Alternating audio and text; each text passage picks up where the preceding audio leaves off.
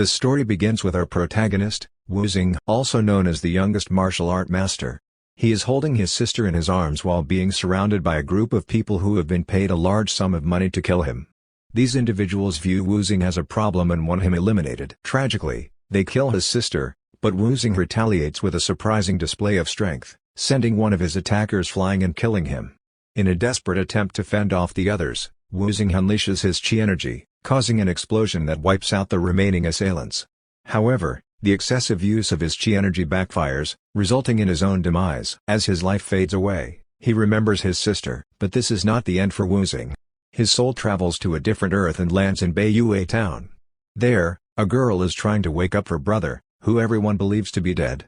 To everyone's surprise, Wu Xing suddenly wakes up, leaving his sister overjoyed.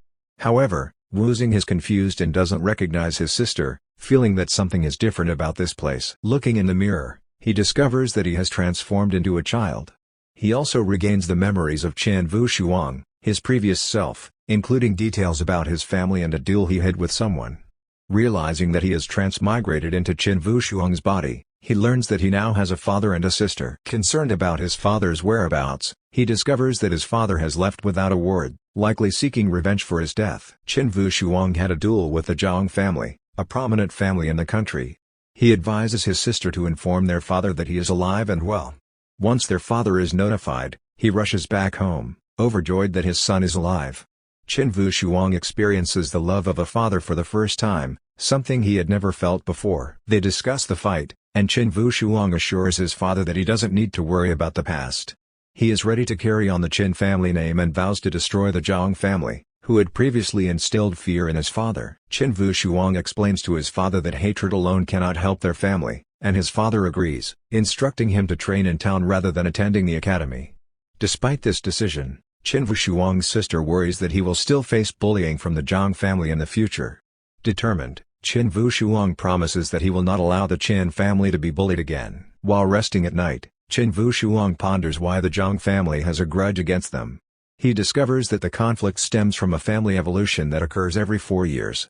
If the Chen family loses their male heir, they would lose their land, property, and social status, reducing them to ordinary people without nobility or authority. Chen Wushuang realizes that the previous duel was a conspiracy to kill the Chen family heir. The next day, Chen Wushuang's sister informs him that the dean from the academy is present, possibly to discuss the duel.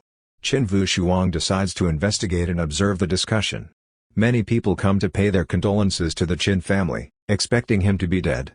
However, Chen Wushuang reveals that his injuries are no longer a concern and that he is fine. This disappoints many present, as they had hoped for his demise. Gu Sheng, an advisor from the Zhang family, is also present to discuss the family evolution.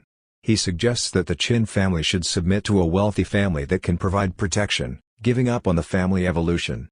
Enraged by this threat, Patriarch Qin refuses to back down and warns that they will face whatever the Zhang family is planning. The Zhang family, in turn, warns that they won't be blamed when they destroy the Qin family, even threatening to stone them to death. Chen Wushuang assures them that their destruction won't happen, emphasizing that what the Zhang family wants and what they will get are two different things. He reveals that the conspiracy was not just targeting him but the entire Qin family. Chen Wushuang decides to attend the academy, seeing it as a way to counter their plans. The dean, aware of Chen Wushuang's bad reputation from the previous fight, warns him to be careful. Chen Wushuang assures the dean that he will be cautious with his actions, considering the wealthy family's desire for their position. Chen Wushuang then proceeds to practice alone, realizing that in this world, cultivation is needed to strengthen the body. Masculine training has its limitations, but higher levels can be achieved through cultivation. Chen Wushuang had excelled in both masculine training and cultivation in his previous life, but he considers his peak strength at that time to be quite low. Determined to regain his former strength, he trains rigorously and manages to reach the 7th stage of power force within a month. If this progress continues, he believes he can break through the power force and enter the genuine force stage within 3 months. Despite his progress, he knows he has a long way to go and desires to obtain his former strength as soon as possible. Returning home, Chen Wushuang's sister expresses her worries about a demon that has been haunting them for the past 10 years. Chen Wushuang assures her that he will bear with it for 4 years and become strong enough to protect her. In his previous life, he failed to protect his sister, but now he is determined to do whatever it takes. When Chen Wushuang arrives at the academy, everyone is surprised to see him. Despite the beating he endured, he dares to attend the academy. He encounters the dean, known for his kind-heartedness, who warns him to be cautious due to his reputation.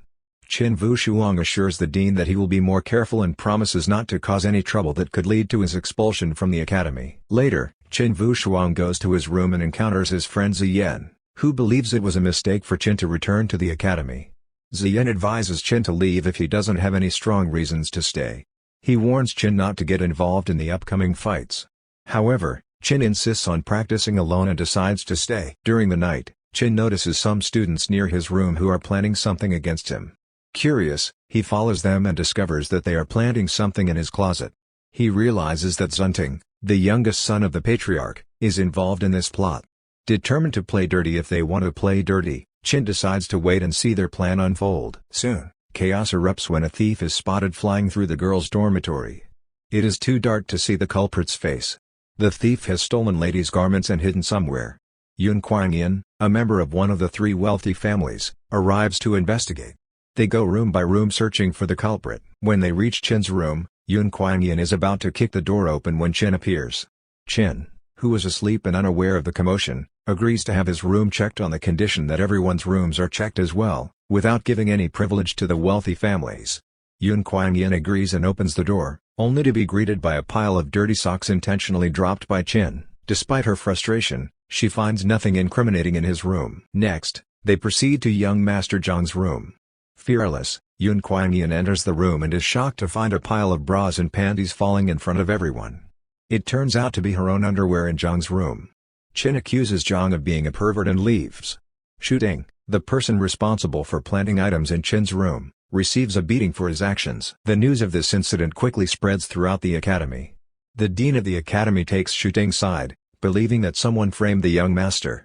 He defends Shooting as a good person. Qin Wushuang realizes that in this world, power and status mean everything. People are treated according to the status of their families. Continuing his cultivation practice, he finally manages to break through from the power force stage to the genuine force stage. There are many cultivation techniques to choose from, but Qin decides to focus on the Sun Force technique combined with masculine force, which offers both strength and cultivation. He believes that reaching the second level of the Sun Force technique will be sufficient to deal with Stage 2 genuine force opponents in this world. One of Qin's friends rushes to inform him that Ziyan has been captured by Zhang Shen and others. Determined to settle both old and new accounts, Qin rushes to save Ziyan. As he arrives, they release Ziyan but challenge Qin to a duel, with the intention of killing him for sure. Zhang Shen wants the young master to oversee the fair duel, and Qin agrees. The news of the duel spreads, and all the students head to witness the fight, including an important student from a noble family. The duel begins after the signal is given. Qin surprises everyone by skillfully dodging the attacks and mocking Zhang Shen for being too slow. Frustrated, Zhang Shen uses the aura technique he recently learned from his father. He charges his fist and delivers a powerful blow, believing it will be enough to kill Qin. As the smoke clears, everyone is terrified to see that Qin has deliberately taken the hit and remains unharmed. Now, it's time for Qin's payback. He strikes Zhang Shen with a punch infused with his inner energy, instantly killing him with a single blow. The fact that a person from a humble family could kill a member of a wealthy family shocks everyone. Shooting immediately informs the dean and the feudal lord about the incident. Qin's friends, worried for his safety, advise him to leave town. However, Qin is not ready to leave until he sees what lies ahead for him. The dean arrives, accompanied by the young master from the wealthy family. The dean states that the duel was fair, just like the last one, and Shooting served as the officiator. However, the young master refuses to admit it, claiming it was a personal grudge. No one comes forward as a witness for Qin, not even his friends. The patriarch of the Zhang family steps forward, ready to kill Qin and arrest him for not having a fair duel. Qin is ashamed to see that no one has the courage to speak the truth, but then, Daxi, a very important member of the noble family, steps forward as a witness for Qin. Daxi confirms that the duel was fair and that he was present with all the students. Despite the patriarch's attempts to force Daxi to lie, Daxi's family is known for their honesty, and he assures everyone that it was a fair fight. With his plan foiled, the dean reminds the patriarch that he had been warned about causing trouble and now has enough reason to expel Qin from the academy. However, Qin never had any serious intentions of staying at the academy. His only goal was to find an opportunity to fight, and now that he has achieved his revenge, he decides to leave the academy to continue training on his own. His friends also choose to follow him and train alongside him. Despite the patriarch's anger over his son's death, Chin knows that he is not a match for the patriarch and is prepared to fight and die if necessary. In front of everyone, the patriarch finds himself helpless. Shu Ting taunts him, saying that he will see how long his family can maintain their toughness. Shu Ting predicts that after the upcoming exams, the Zhang family will undoubtedly lose their status and members. As Chin prepares to leave the academy, he reflects on the events of the day and understands that in this world, power and social standing determine one's treatment. He is determined to carve his own path and seek his own destiny. He acknowledges that he will meet these individuals again in 3 years at the family evolution exams, a significant event where their paths will likely cross once more.